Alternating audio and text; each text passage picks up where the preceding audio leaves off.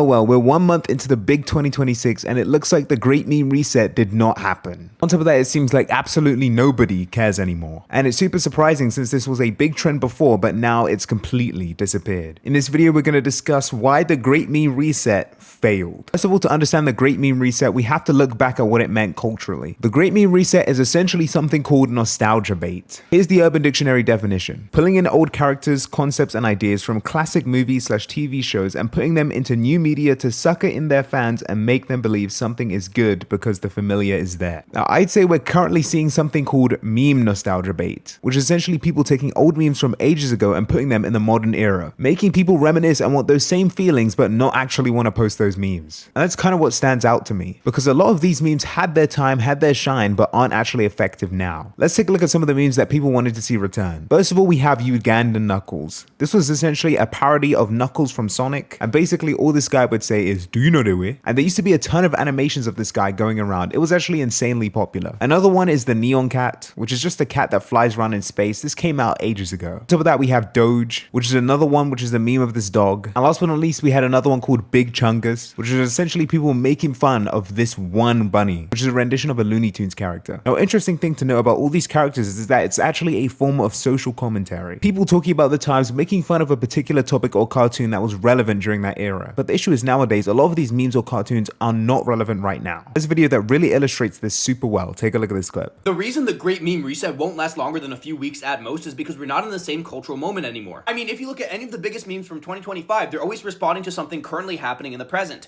Italian brainrot and the Clanker memes were the first to parody AI at a time when AI was becoming culturally important. The JD Vance and Charlie Kirk face swap satirized ongoing political events, and the 6-7 meme started out making fun of clip farming culture, but then became a meta meme making fun of how we make memes. At their core, all of these jokes are a dialectic response to things going on in our society right now. They're our way of making sense of the world and asserting our values in times of uncertainty. As you can see, he clearly talks about the fact that some memes are a form of social commentary, and that the recent AI slop we're seeing now is a rendition of the AI prowess in society today. But a lot of the things about these old memes is that they have nothing to do with AI, nothing to do with current cultural events, and actually are just talking about cultural events during that era. None of the individual constituent 2010 memes are really suited to address the issues of the 2020s. The difference is that this decade has been defined by the presence of social media algorithms and now AI, which have completely upended our sense of reality and made it impossible to really enjoy a pure meme without questioning whether this is someone trying to manipulate you or possibly just straight up slop. Because honestly, a sad thing about those old memes is that they're just not funny anymore. Nobody has a reason to be laughing at Ugandan Knuckles in the big 2026. Honestly, during that era, a lot of those memes I'd say were 7, 8, even 9 out of 10 memes. But now they're just considered cringy and all below 5 out of 10 memes. Now, on top of these memes not being culturally relevant, there's also another reason why they're just not being posted anymore. And this is because trends usually never translate when people orchestrate them. Here's what I mean by this. There have been a good amount of trends that people said was going to happen but actually never happened in the first place. Do any of you guys remember the legendary YouTube Shorts colonization? A colonization of YouTube Shorts by various branches of the TikTok army is being planned for March 25th, 2025. Members of rival TikTok groups including Slime Talk, Jug Talk, Jolly Talk, and Dandy's World are joining forces to take over the territory of YouTube Shorts in the wake of another potential TikTok ban.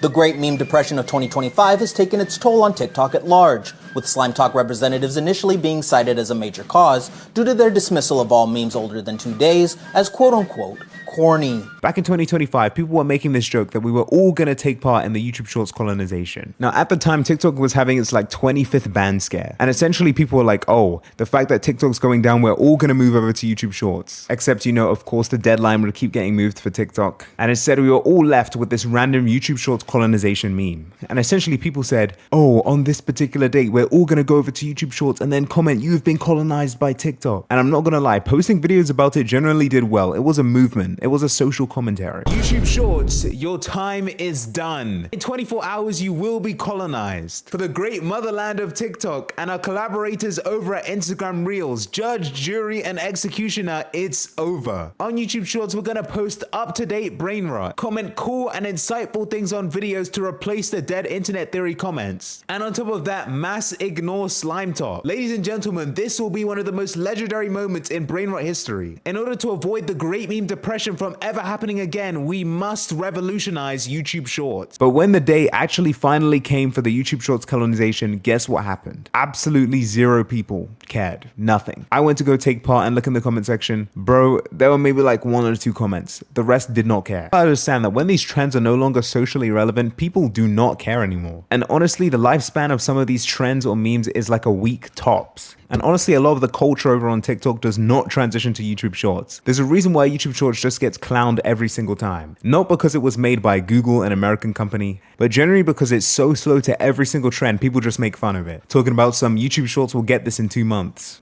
Or talking about this is like explaining iPhone to the North Sentinelese Island people. So essentially the humor and culture is completely different because the age demographics are also completely different. See, TikTok is a main cultural driver because a lot of the people on there are Gen Z, the main people who invent new slang and things like that. Whereas YouTube Shorts is just filled with a bunch of iPad kids under the age of 13. I kid you not, I've barely seen anybody older than me or around my age watching YouTube Shorts. And this just all ties back to the fact that when trends are manufactured or when trends try to get a mass amount of people to move and do something, it doesn't work. It's like that one person who goes on their Snapchat story or IG story and says, I'm gonna be leaving all social media, deleting everything, goodbye guys. Expecting everybody to come flooding their DMs and start a whole wave in their phone. Except the fact that barely anyone cares, nobody reacts how they expect, and when they delete the platform, nobody hits them up. Same type of energy for these trends. People don't really care like that. And unless there's a big cultural shifter or big cultural moment, it's not gonna happen. Another reason why the Great Meme Reset failed is that it just became cringy. Especially when all the Roblox commentary channels hopped on it, it was over by that point. See, if you're not aware though, these Roblox commentary channels that just show a Roblox character doing parkour and a squeaky voice avatar speaking over it. And essentially there was this one account that kept going on and on about the Great Meme Reset. And honestly, it just became satirical because nobody was taking it seriously except these Roblox commentary accounts. So people would be like, oh, get a job, we all laughing at this, bro. Whilst that Roblox commentary account kept trying to push the Great Meme Reset. Take a look at this clip. Guys, listen, this is important. Today is December 30th, meaning the Great Meme Reset is just 2 days away. 2 days until no more brain rot. But before we celebrate, we have one final duty. We must end the year on a good note. With all the brain rot this year, we shall make the final meme of 2025 be an actually funny and creative one. But don't worry, I cooked up something good. Without further ado, here is my contender for the last meme of 2025.